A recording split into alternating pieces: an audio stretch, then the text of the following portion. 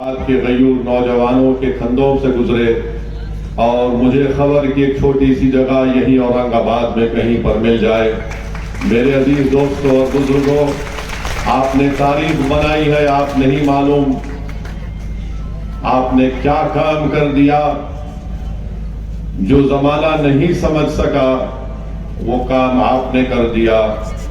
अल्लाह आप तमाम को सलामत रखे, अल्लाह आपके जज्बे को सलामत रखे। इस शहर में बसने वाले तमाम अवाम को अल्लाह नजर बद से बचा कर रखे। अल्लाह यहाँ के बच्चों की मासूमियत को बरकरार रखे। और मैं अल्लाह से ही दुआ करता हूँ कि आपका जज्बा हमेशा सलामत रहे, क्योंकि यही जज्बा था, यही दीवानगी थी, आपका इरादा था कि आपने अपने मंजिल मकसूद को पा लिया। जमाना पुकार पुकार कर कह रहा था कि इम्तियाज जलील कामयाब नहीं होगा। बड़े बड़े अक्लमंद लोग, तज्जिया निगार, सियासी एक्सपर्ट, एनालिस्ट ये कह रहे थे ये जज्बाती लोग हैं, ये सिर्फ नारे लगाते हैं मगर कामयाबी इनके कदम को नहीं चूमेगी। मगर अक्लमंद लोग जो ये लिख रहे थे, तज्जिया निगार जो ये बोल रहे थे, वो हरगिज इंसानों की तारीख से वाकिफ नहीं है। वही कौम को अपनी कामयाबी मिलती है, वही कौम मंजिल मकसूद को पा लेती है। अक्लमंदों को कामयाबी नहीं मिलती। तारीख बताती है कि जिद्दी और दीवाने लोगों को कामयाबी मिल जाती है। और औरंगाबाद की सरजमीन पर बसने वाले लोग ना सिर्फ जिद्दी है, बल्कि वो अपनी मंजिल मकसूद को पाने वाले लोग हैं। दीवानगी उनके पास उस हद तक है कि अगर वो किस बात का इरादा कर लेते हैं तो उसको हासिल करके रहते हैं। मैं आपको मुबारकबाद देता हूं और आपसे अपील कर रहा हूं कि 30 साल के अंधेरे के बाद 30 साल के अंधेरे के बाद आपने एक चिराग को रोशन किया। मेरे भाई, ये इम्तियाज जलील को आपने कामयाब नहीं किया, आपने 30 साल के अंधेरे को खत्म किया। आपने सिर्फ औरंगाबाद के अंधेरे को खत्म नहीं किया, आपने महाराष्ट्र के उस 30 साल के अंधेरे को खत्म किया। आपने एक चिराग नहीं जलाया, बल्कि आपने लाखों चिरागों को जलाया। आपने लाखों जहनों को उम्मीद दे दी कि देखो, हम में जिद थी, हम में दीवानगी थी और हमने अपने इत्तेहाद की ताकत और कुव्वत के बलबूते पर ताकतवर तरीन लोगों से पंजा आजमाई की और अल्लाह ने हमारी दीवानगी को कबूल किया। और आपने मशाले राह दिखाया उन लोगों को जो ये समझ रहे थे कि तादाद की बुनियाद पर सियासी कामयाबी मिलेगी, मगर आपने बता दिया कि तादाद की जरूरत नहीं है, अल्लाह की जात पर कामिल यकीन की जरूरत है। और आपने रब्बे करीम की जात पर कामिल यकीन करके तादाद को नहीं देखा और आपने अपने जज्बे के तहत काम किया, इत्तेहाद को मजबूत किया। और आपने ना सिर्फ यहां से अपने आप को कामयाब किया, बल्कि इम्तियाज जलील की कामयाबी इंसाफ की कामयाबी है। इम्तियाज जलील की कामयाबी सामाजिक न्याय की कामयाबी है। औरंगाबाद की आवाम तुमको लाखों सलाम। तुमने इम्तियाज को कामयाब तो किया, मगर तुमने जालिमों को बताया कि मजलूम भी कामयाब हो सकता है और तुमने मजलूमों को कामयाब किया। औरंगाबाद की आवाम तुमको लाखों सलाम कि तुमने सिर्फ इम्तियाज जलील को कामयाब नहीं किया, तुमने उन लोग मासूमों को जो पिसे जा रहे थे, जो दबाए जा रहे थे, तुमने उन लोगों के मुंह पर एक तमाचा मारा जो अपनी जबान से हमको जलील और रुसवा करने की कोशिशें करते थे। हमने उनको बता दिया कि तुमने हमको क्या क्या नहीं कहा, तुमने हमको रुसवा किया, मगर एक वक्त आया और आपने बता दिया कि हम और इस जिल्लत को बर्दाश्त नहीं करेंगे, और आपने इत्तेहाद को मजबूत किया, और यहां से आपने इम्तियाज जलील को कामयाब और कामरान किया। ये इम्तियाज जलील की इनफरादी कामयाबी नहीं, ये आप तमाम की इज्तिमाइयत की कामयाबी है। ये एक शख्स की कामयाबी नहीं है, ये आपके सियासी शऊर की कामयाबी है। ये एक शख्स की कामयाबी, एक जमात की कामयाबी नहीं, बल्कि औरंगाबाद शहर में बसने वाले, एक एक घर में रहने वाली हमारी माँ और बहनों की दुआओं की कामयाबी है। मेरे अजीज दोस्तों और बुजुर्गों, इसीलिए मैं आपको मुबारकबाद भी देता हूं और आपको बताना चाह रहा हूं कि इस कामयाबी के सफर को हमको जारी और सारी रखना है। जो हमने कामयाबी हासिल की, पहले से ज्यादा तादाद में, पहले से ज्यादा अक्सरियत से हमको दोबारा इंशाअल्लाह ताला अपने सियासी सफर को जारी और सारी रखना पड़ेगा, और इम्तियाज जलील को यहां से पहले से ज्यादा अक्सरियत से कामयाब करना पड़ेगा। मुझे यकीन है कि इस बार भी पहले से ज्यादा आप लोग अपने इत्तेहाद को मजबूत करेंगे। यकीनन आपको शिकायत हो सकती है असदुद्दीन ओवैसी से और इम्तियाज जलील से। अगर आपकी शिकायत बहुत ज्यादा है तो आप मुझे फोन करके बता दो, मैं 5 और 6 तारीख को दोबारा आने वाला हूं। मैं तुम्हारे घर पर झोली फैलाकर तुमसे माफी की भीख मांगने को तैयार हूं। मगर याद रखो, अगर तुमको मुझसे या इम्तियाज जलील से शिकायत है तो थोड़ी देर के लिए दरगुजर कर दो। हमारी कोई अहमियत नहीं है, औरंगाबाद की अहमियत ज्यादा है, औरंगाबाद की तारीख की अहमियत ज्यादा है, तुम्हारी इत्तेहाद की अहमियत ज्यादा है। अगर तुम समझते हो कि असदुद्दीन ओवैसी को मैं घर को बुलाकर उसको कुछ कह दूंगा तो मैं तैयार हूं मेरे भाई, अरे मैं हर चीज के लिए तैयार हूं। याद रखो, मैं आपके लिए अपने के खून को बहाने के लिए तैयार हूं। दुश्मनों ने मेरी जान लेने की कोशिश की, मगर अल्हम्दुलिल्लाह अल्लाह ने मेरे हौसले और अज़म में कमी पैदा नहीं की। जालिमों ने 6 फीट के फासले से मेरी गाड़ियों पर गोलियां चला दी, मगर अल्लाह ने मेरे दिल को इत्मीनान दिया, क्योंकि मैं जानता हूं कि एक दिन मैं मरूंगा, इस दुनिया से चला जाऊंगा। मगर मैं पैगाम दे रहा हूं जालिमों को, मैं पैगाम दे रहा हूं फिरका परस्तों को, जो ताकत के बलबूते पर ये इक़दाम करते हैं कि हम खत्म कर देंगे। याद रखो, मैं कोई मुर्गी का बच्चा नहीं हूं कि मैं मर जाऊंगा तो कुछ सब चीज खत्म हो जाएगा। अरे असदुद्दीन ओवैसी को अल्लाह ने जिंदा रखा, अल्लाह ने अपने नबी करीम सल्लल्लाहु अलैहि वसल्लम के सदक़े तुफ़ैल में असदुद्दीन ओवैसी को कुछ सलाहियतें नवाजा। मैं मर जाऊंगा, मगर ये जो हजारों का मजमा देख रहा हूं, मुझे यकीन है कि इंशाअल्लाह ताला तुम और तुम्हारी नस्ल असदुद्दीन ओवैसी के पैगाम को लेकर आगे बढ़ेंगी। याद रखो, मैं मर जाऊंगा तो कुछ नहीं होगा। हाँ, मैं उस वक्त मर जाऊंगा जब तुम मेरे पैगाम को, मेरी जमात के पैगाम को, अपने इत्तेहाद को, मैं यकीनन उस वक्त मर जाऊंगा जब तुम्हारे दिलों से जज्बा खत्म हो जाएगा। मैं यकीनन उस वक्त मर जाऊंगा जब तुम में जिद्दोजहद करने की सलाहियत खत्म हो जाएगी। यकीनन मैं उस वक्त मर जाऊंगा जब तुम जालिमों का जवाब इत्तेहाद से नहीं दोगे। अरे हम जिंदा कौम है, हम जिंदा रहने वाले हैं। जब तक हम जिंदा है दुनिया जिंदा रहेगी, जब हम नहीं तो दुनिया भी नहीं रहेगी। ये हमको हमारे बड़े बुजुर्गों ने बताया। तो मेरे अजीज दोस्तों और बुजुर्गों, अपने इत्तेहाद को, अपने जज्बे को सलामत रखो।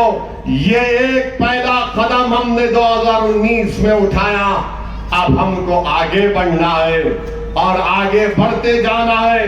आप जानते हैं मेरे अजीज दोस्तों और बुजुर्गों, तो इम्तियाज जलील ने हाई कोर्ट में PIL डालकर खुद कोर्ट के सामने जाकर खड़ा हो गया। आज आपके MP की नुमाइंदगी की वजह से एक 200 बेड का GM मेमोरियल अस्पताल बनने जा रहा है। वो गरीबों को उससे फायदा होगा। जो गरीब और मजलूम होगा, इंशाअल्लाह दवाखाना बनने के बाद उसमें उसको फायदा मिलेगा।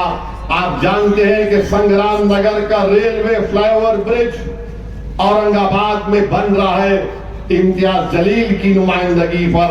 वहीं पर बाबा साहब अंबेडकर मराठवाड़ा विद्यापीठ यूनिवर्सिटी को 100 करोड़ रुपए अगर मिले, उसमें इम्तियाज जलील की नुमाइंदगी बहुत बड़ा रोल उसमें था। अगर आज आप देखते हैं कि आपका दवाखाना प्राइवेट लोगों को दिया जा रहा था, इम्तियाज जलील खड़े हो गया और कहा कि गवर्नमेंट का पैसा है, नाना की दुकान पे मामू की फातिहा होने नहीं दूंगा मैं, और इम्तियाज जलील ने उसको रुकवा दिया। मेरे अजीज दोस्तों और बुजुर्गों, ये इम्तियाज जलील के छोटे से कारनामे आपके सामने बयान कर रहा हूं। और फिर आप जानते हैं कि औरंगाबाद म्युनिसिपल कॉर्पोरेशन में डॉक्टर बाबा साहब अंबेडकर मराठवाड़ा विद्यापीठ में ऐसे कई मुलाजिमीन को उनके हुकूक इम्तियाज जलील की नुमाइंदगी पर मिले हैं। तो मेरी आपसे गुजारिश है, हाँ एमपी फंड से भी कई काम इम्तियाज जलील साहब ने करवाए हैं, हाँ यकीनन और भी काम करवाना बाकी है। मैं आपसे वादा कर रहा हूं कि इंशाअल्लाह ताला बहुत से काम अभी ज़ेरे तकमील है।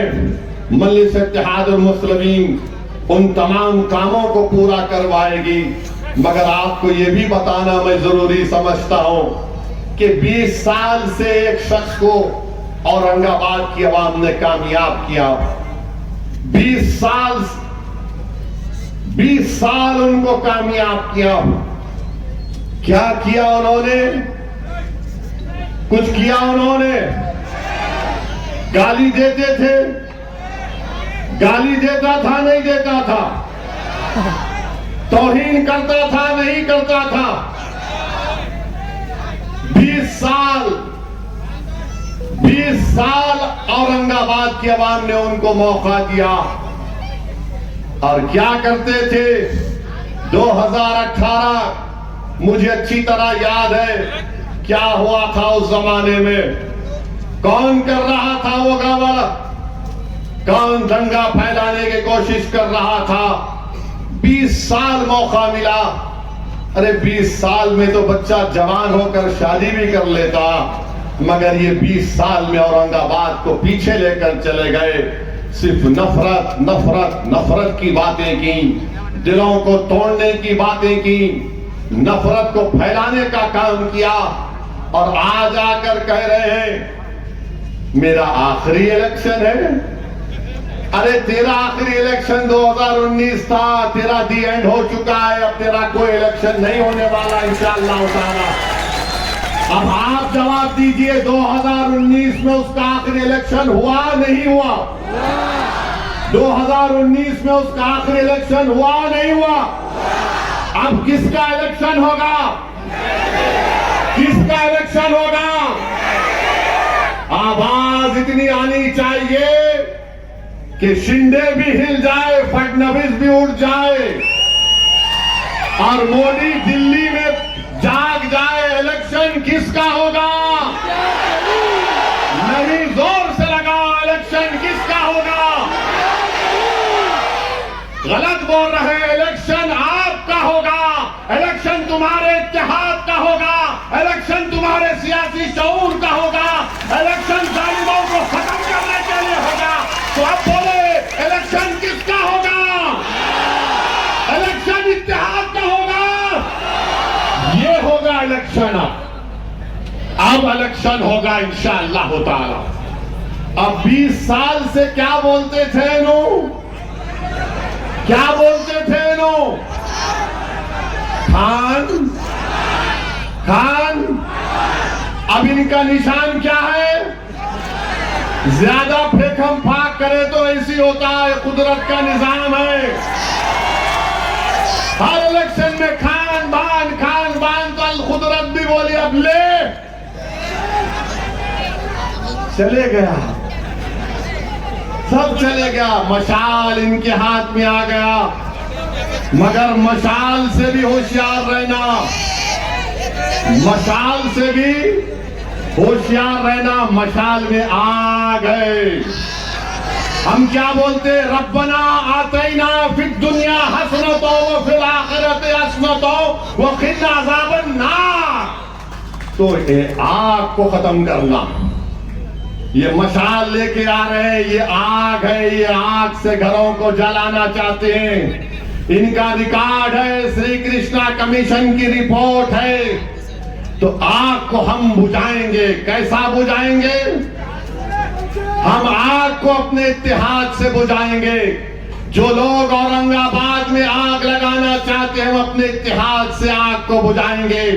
जो लोग आग लेकर आ रहे हैं, इंशाअल्लाह ताला हम रात के अंधेरे में उठकर अल्लाह के खौफ और उम्मीद में अपनी आंख से आंसू बहाएंगे और अहले दिल की आंसुओं से अल्लाह इन जालिमों की आग को ठंडक में तब्दील कर देगा इंशाअल्लाह ताला। तो ये मशाल लेकर नहीं आ रहे, ये आग लेकर आ रहे हैं। आप याद रखिए। और ये बोलता है ये शख्स कि हम इतने 1000 करोड़ रुपए ले लिए। अरे जरा तो शर्म रखो।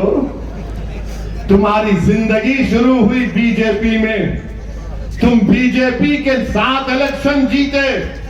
अरे तुम तो वो हो, अगर कल मोदी तुम्हारे को देख के खाली मुस्कुराया तो तुम औरंगाबाद को बेचने तैयार हो जाओगे।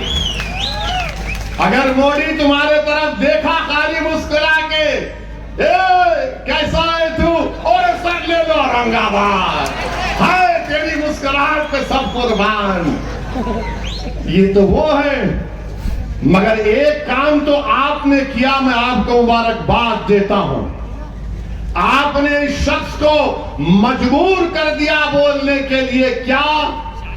अब जब एरिया में आ रहा है, ए मुसलमान, ए भाई, ए सिख ईसाई, सब भाई भाई 20 साल तक लड़ाते थे, मगर औरंगाबाद की आवाम ने जमहूरी तरीके से शिकस्त देकर इनको भी इम्तियाज जलील के नक्शे कदम पर चलने पर मजबूर कर दिया। मैं आपका शुक्रिया अदा करता हूं कि आपने इस शख्स को यह कहने पर मजबूर कर दिया कि सेकुलरिज्म जिंदाबाद, सेकुलरिज्म जिंदाबाद। आपने शख्स को कहने पर मजबूर कर दिया कि हिंदू, मुसलमान, सिख, ईसाई, दलित सब लोगों के मिलकर रहना चाहिए। मगर याद रखिए 20 साल क्या क्या आप और हमने, हमारे बुजुर्गों ने नहीं सहा। और एक अहम बात मैं आपको अर्ज करना चाह रहा हूं। इम्तियाज जलील ने कहा कि 30 साल के अंधेरे के बाद आपके इत्तेहाद ने और सियासी शऊर ने हमको कामयाबी दिलाई। आपने महाराष्ट्र में अपनी एक सियासी क़यादत को खड़ा कर दिया। आपने अपने इत्तेहाद और सियासी शऊर की बुनियाद पर अब ये लोग मुकाबले के लिए आ रहे हैं। 2 शिवसेना, 2 राष्ट्रवादी, 1 बीजेपी एंड हाफ कांग्रेस। ये पूरे आ रहे हैं इम्तियाज जलील की कामयाबी को रोकने के लिए। मगर मुझे यकीन है कि 2 शिवसेना, 2 राष्ट्रवादी, 1 BJP and half Congress, Aurangabad की आवाम एक नान कालिया खा के ठहर गए तो पूरे के पूरे गायब इंशाअल्लाह ताला। मुझे यकीन है, भरोसा है आपके इत्तेहाद पर। मगर मेरे भाई आप देखो, एक मर्द से मुकाबला करने के लिए दो शिवसेना, 2 राष्ट्रवादी, 1 बीजेपी और हाफ कांग्रेस, 5.5 लोग मिलकर इम्तियाज जलील से मुकाबला करने के लिए आ रहे हैं। वो ये गलत समझ रहे हैं कि इम्तियाज जलील अकेला है। इम्तियाज जलील के साथ लाखों की तादाद में औरंगाबाद की आवाम है।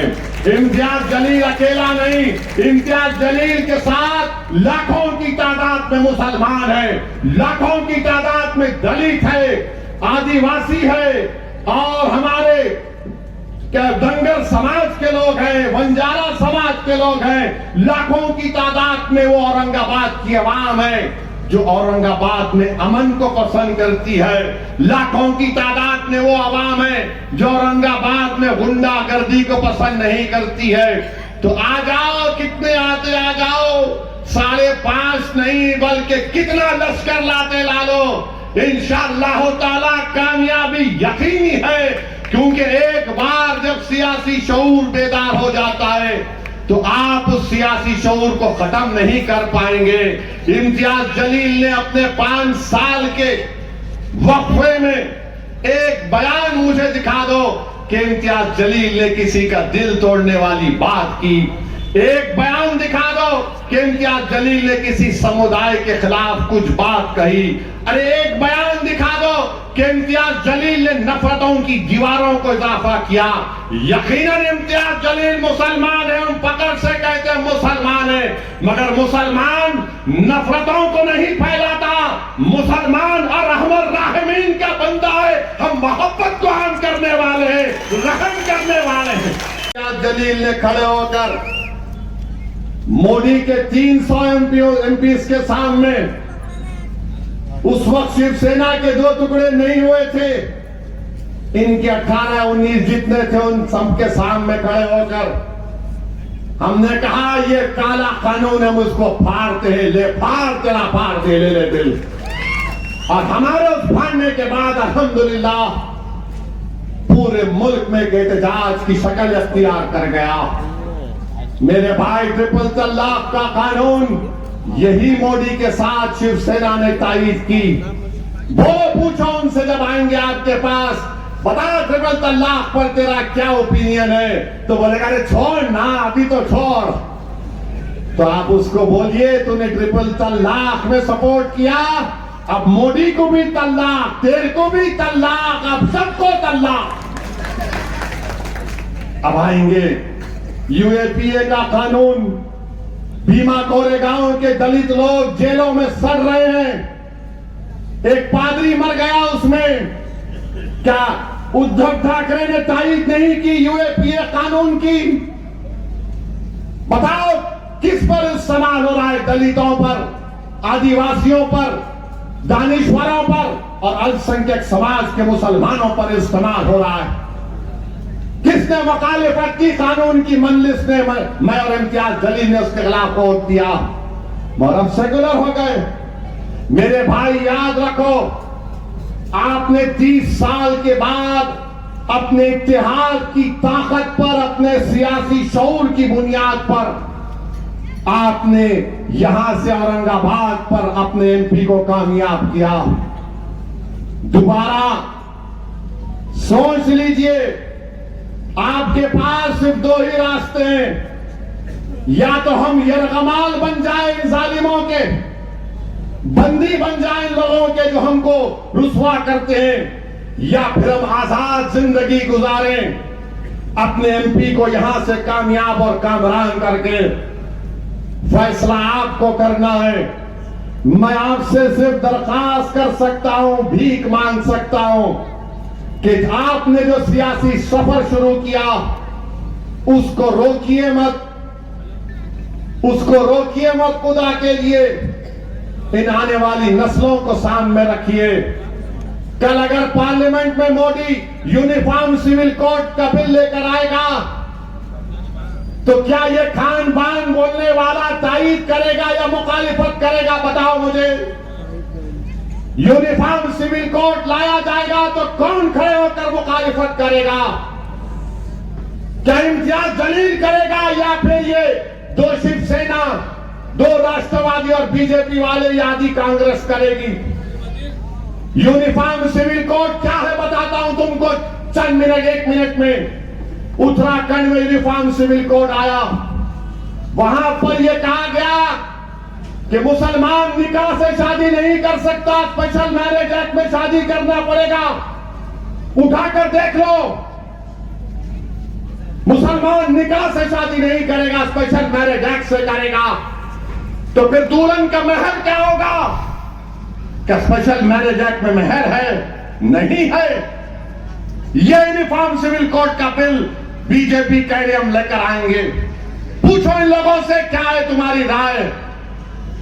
बोलेंगे अभी मत बात करो, वो भड़काऊ भाषण देना उसकी आदत है, उसके बातों में मत। और मैं तुमको पूछ रहा हूं, बीजेपी अलग कह रही है यूनिफॉर्म सिविल कोड लेकर आएंगे, यूनिफॉर्म सिविल कोड उत्तराखंड में देख लो आप, ये 4 शादियों का मसला नहीं है, शादी का मसला है। भारत का आईन मुझे इस बात की इजाजत देता है बहैसियत एक मुसलमान, फ्रीडम ऑफ रिलीजन है मेरे पास, मैं अपने दीन पर चलूं, कैसे चलूं वो मुझे और मेरे उलमा तय करेंगे। मेरे अजीज दोस्तों और बुजुर्गों, CAA को सामने रखो, यूनिफॉर्म सिविल कोड को सामने रखो। अब तो हर चीज से नफरत है। पूछो इन लोगों से हिजाब के बारे में तुम्हारी क्या राय है, तो बोलेंगे नहीं नहीं, हिजाब से जरा मुस्लिम खवातीन को क्या बोलना। अरे नोबेल प्राइज मिला यमन की एक औरत को, हिजाब पहनने वाली थी, हिजाब पहनकर मेरे डॉक्टर गफ्फार कादरी की बेटी मेडिसिन कर रही है। हिजाब हमारी खवातीन की तरक्की की राह में हायल नहीं होता। हिजाब सर पर पहना जाता है, दिमाग को कवर नहीं किया जाता। ये तुम्हारा है, फितूर है, ये तुम्हारी नफरत है। मगर मेरे अजीज दोस्तों और बुजुर्गों, आपने देखा मुख्तार अंसारी को जहर दे दिया गया। ये गए लोग जाकर मिले मुख्तार अंसारी के अफराद खानदान से, स्लो पॉइजन दे दिया गया, मुख्तार अंसारी शहीद हो गए। मैं बताना चाह रहा हूं आपको, इस हमारे वतन अजीज की सियासत की तल हकीकत यह है कि जब कभी भी हम अपने नुमाइंदों को कामयाब करने की बात करते हैं, या तो हमको स्लो पॉइजन देकर जिस्मानी तौर पर मार दिया जाता, या स्लो पॉइजन देकर हमारी क़ियादतों को खत्म कर दिया जाता। अब आप क्यों फैसला करना है, आप स्लो पॉइजन पिएंगे या जिंदा रहने की आपको और हम कोशिश करना पड़ेगा। हथकड़ियों में एक शख्स को गोली मार दी गई, साबिक़ा एमपी है, कोर्ट ने सजा दी, किसने आवाज उठाई? कोई नहीं, सन्नाटा है, डरते हैं, कोई नहीं बोलने वाला है।